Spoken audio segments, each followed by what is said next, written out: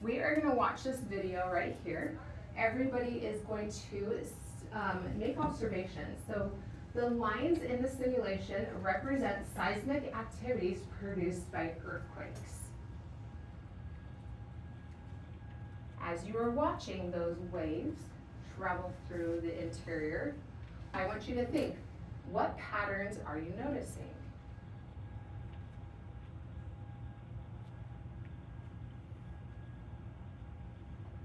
I'm going to play it one more time, just so that we can make those observations again. So remember, what patterns are we noticing about those waves and how they travel through the Earth's interior?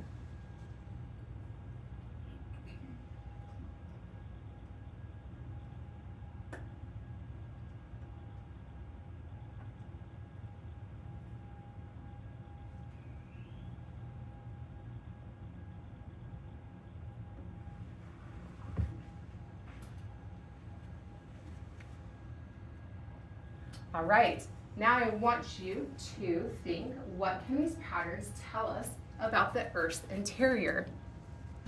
Based off of what we are seeing in those waves, how many layers can we predict there are inside the Earth? We are going to graph some data. Now, we looked at a simulation that showed us information about our Earth layers and the interior of the Earth. We are now going to graph some data. So in front of you, you're going to see that you have these green data tables. Every student needs one.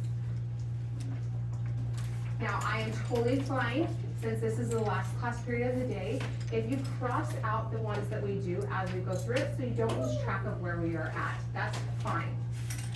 We're going to look at the top of our chart, which on our slide is the left-hand side. We have Earth's average density at different depths. So in the left-hand column are the depths in kilometers, and then we have our density, which is in grams per centimeter cubed. Below that, we have Earth's average temperature at different depths. We have our depth on the left-hand side. We have our temperature on the right-hand side. Now, what color is the density shaded? Blue. Blue. So we are going to be using our blue colored pencil for that information, where we are graphing. And our temperature is in what color? Red. Red. Okay. Now, what do you notice is different about this graph? Yes. There's two sides. There's two sides. So if we look, we have average density on the y-axis on the left-hand side, and then we have our average temperature in Celsius on the right-hand side. The only reason for this is because we're combining the information together so that we can see the connection, the correlation between our temperature and our density as we go deeper into the Earth's interior. So we are going to graph this together. Now, I need you to know that this is a very large scale. There is no way we are going to be exact with putting our points on our data table. We're just going to get it as close as we can, and that's all we can do. Because if you notice, our average temperature on the y-axis on the right is skip counting by 250. That's a lot. And on the bottom, for our x-axis for depth into the Earth's interior, it is skip counting by 100. On our average density, it's a little bit easier because it's only skip counting by a half of a decimal, okay? All right, so we're gonna start together with our Earth's average density at different depths, which means you need your blue colored pencil. Now, we are going to plot these points by putting a dot. Now it's going to be, there's a way, a trick to being able to do this. If you use the edge of your paper, that can kind of count as, instead of doing, like dragging our finger from the x-axis to the y-axis and finding where they intersect, you can actually use the edge of your paper to hold your place so that it holds maybe the average depth, so that you don't have to follow it with your finger. Your page will hold it for you. All right? So what we're going to do is we're going to start with our depth in kilometers. Our depth in kilometers is 17. So we're going to go on our x-axis. Can we see 17 on there? No. No, we cannot. So we're going to just keep it really close to that 0. I am going to take a piece of blue paper. Your card is green. I'm gonna put it right next to that line, okay? Now, at 17 kilometers, what is the density?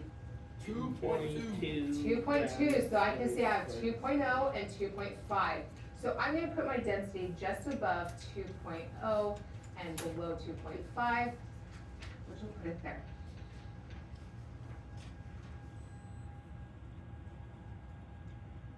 So you're gonna have to make sure you're using your data table and you're graphing at the same time. Don't make a guess as to where the data point is according to what you see on my board. You need to make sure you're following it on your paper.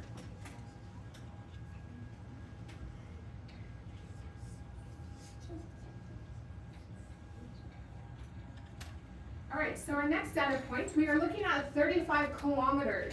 Now, I would make a good guess that it's about a third of the way in, between the 0 and the 100. What is my density at 35 kilometers? 2.9. So we are going to go just below the 3 and put our dot.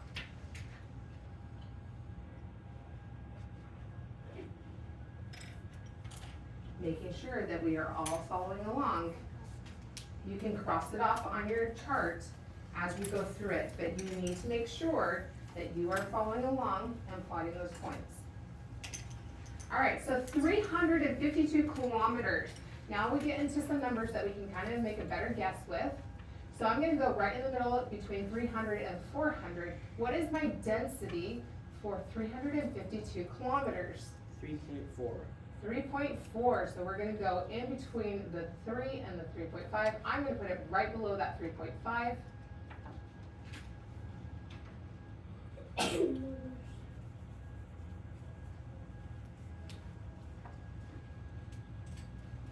Now I'm going to click through the board. I'm not gonna go over there and demonstrate. We're just gonna talk about it as we go, so making sure that you're following along. What is our next depth? 670 kilometers. Presley, what is the density at 670 kilometers? 4.4. So you are going to find, remember we're using our edge of our paper to take our x-axis, and we're gonna go to 670, pretty close to the 700, and then we are going to go up to almost 4.5, and we're gonna put our point.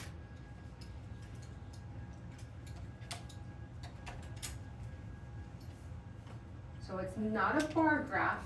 If you do it as a bar graph, it might get really hard to make those connections with your pencil. It's a line graph, so we're gonna connect the dots at the very end. I have 1,778 kilometers. My density, weird. It's the same. So we're gonna plot that point at 4.4 with a depth of 1,778. Remember, we're just getting close to. There's no way to be precise.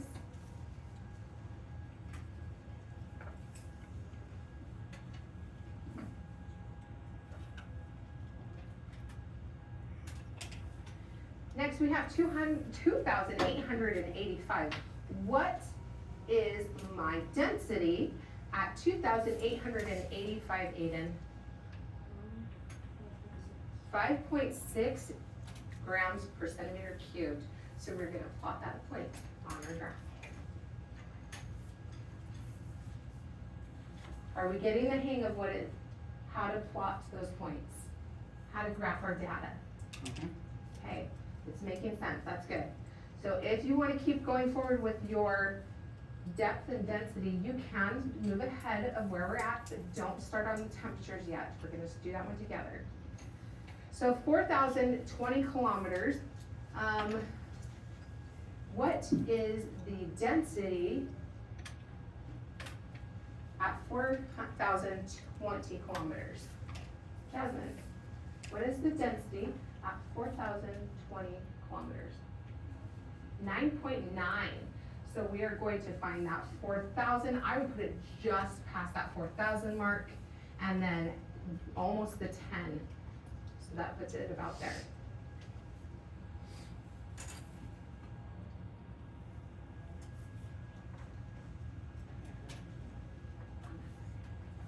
So for 5,155, our density is 12.2, so we're gonna plot that point on our graph.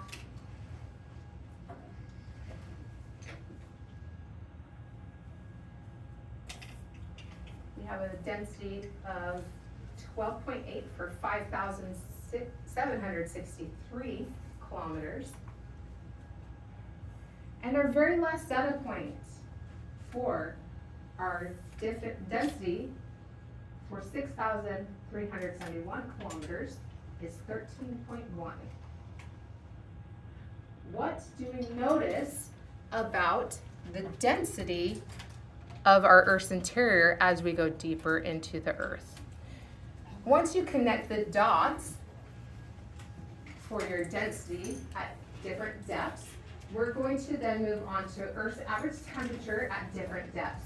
We're going to start at 0 kilometers. Now this is where it gets a little tricky because our average temperature is on the right-hand side of our graph, but we are starting over here at the 0, the bottom left-hand side. So I'm going to do the first one for you. We are looking at 0 is our depth, so right on the surface. Our average crustal temperature is 28 degrees Celsius. My friends, it's basically right on the line. So you're going to put it basically right on that 0. Because 28, when we're skip counting by 100s, 250. it's 28 degrees Celsius. No, we're skip counting by 250. Oh, It would be okay. right there. Right, just stopped. That's totally fine. My brain just skipped. All right, so now we're gonna do 40 kilometers. So we're still really close. I would put it probably right in the middle. So we're looking right in the middle of this line somewhere. Our depth is 40 kilometers. Our temperature is 870. So we're gonna go just above the 750 line. And we're gonna go all the way across. And when it intersects with that, where we think 40 kilometers would be, we're gonna put our point.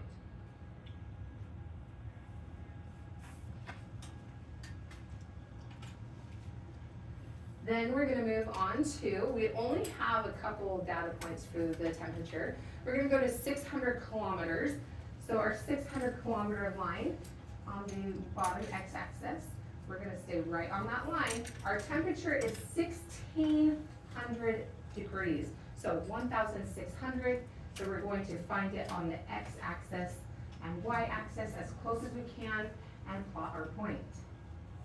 So again, you're coming over to the right-hand side. I have 1,500 or 1,500. So I do just above that line, right below the 1,750. So I'm gonna go all the way across and find where that 600 line is. Oh, do I have that in the wrong spot? 1,600. Ooh, I have that in the wrong spot. I need to move it up a little bit. Okay, that's all right. Is my hand moving? Yeah. Okay, the board is so big. Oh, yeah. No, it's not, because it's right below the 1,500. It needs to be above it. So it's just a little bit low, okay? All right, that's fine. Make sure your data works. Mine, I need to move. All right, so our next depth is 2,900. What is the temperature at 2,900 kilometers? 2,700. 2,700. So remember, you're using the right-hand side, finding as close to that 2,700 as you can. Then where the 2,700 and the 2,900 intersect, you're putting a dot. It's pretty close to that 1, 2, 3, 4, 5, 6 dot for our density. Really close to that. Our next one is at a depth of 5,150 kilometers. Our temperature is 4,700. So you're gonna find the 4,700. It's gonna be right below that 4,750 line. And you're gonna find where the depth is 5,150, and you're gonna place your point.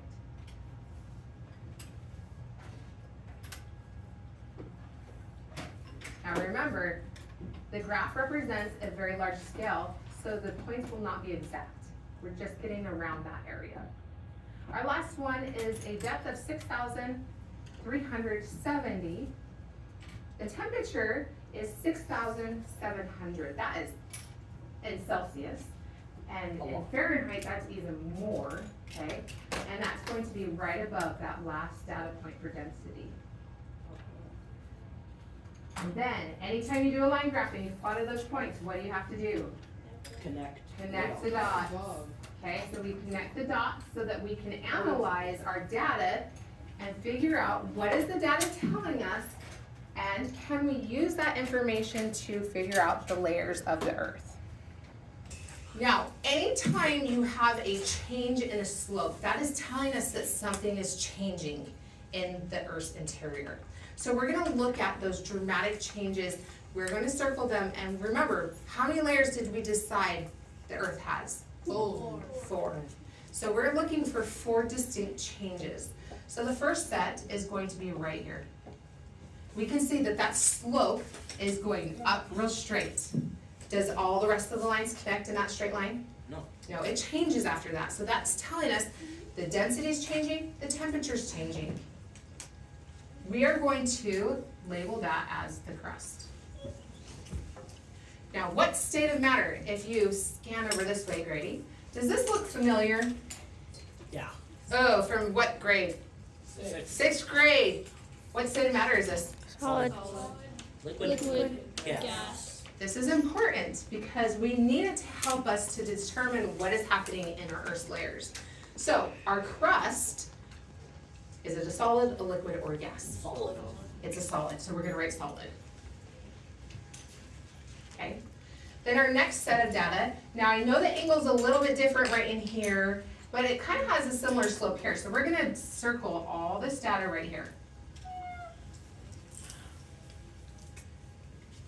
This layer is called the mantle.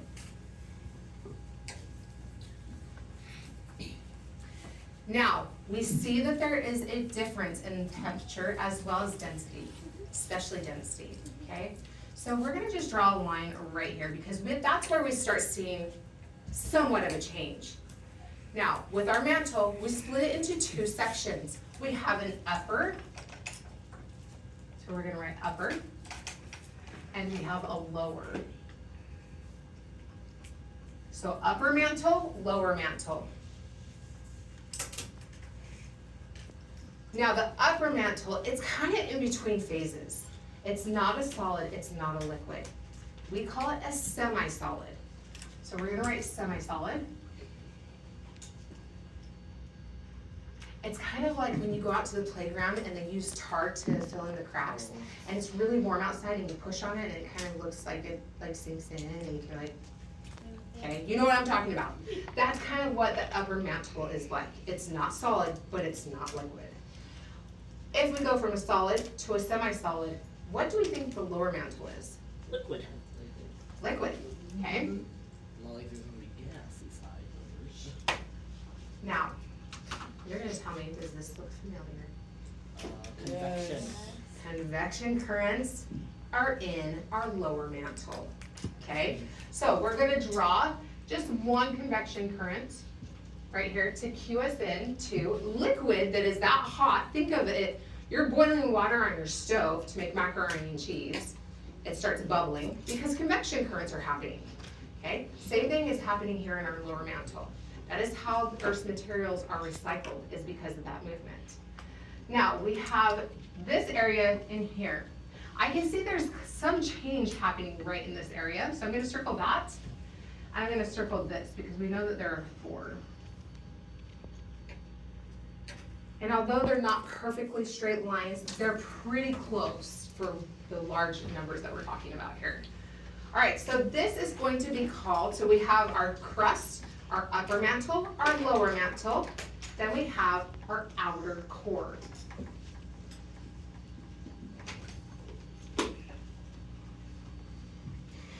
Solid, semi-solid, liquid, What do we think our outer core? Yeah. Yep, it's liquid. Now, my friends, if you remember when we did magnetism, I talked about how this is where our magnetic field comes from, the magnetosphere. It comes because of the material that is in our outer core. What material is a magnetic material? Iron. Iron, so yes, it has iron and Nickel. nickel. We're just gonna leave it as iron and nickel. And anytime you have a liquid that is that warm, what is happening? Convection current. Convection currents. All right, so we have our crust, our upper mantle, our lower mantle, our outer core, and our Core. Inner core. inner core. Now, this is where it is really important to look at our states of matter. We have a liquid, and as we get here, look at all that is above it. That is a lot of pressure, a lot of pressure. So it's taking those liquid molecules and it's squeezing them super tight. When we look at molecules that are super tight, is it a solid, a liquid, or a gas? It's a solid. And it is only a solid because of the amount of pressure. So we have a solid in our inner core, which our inner core is actually the center of gravity. So we're gonna write center of gravity.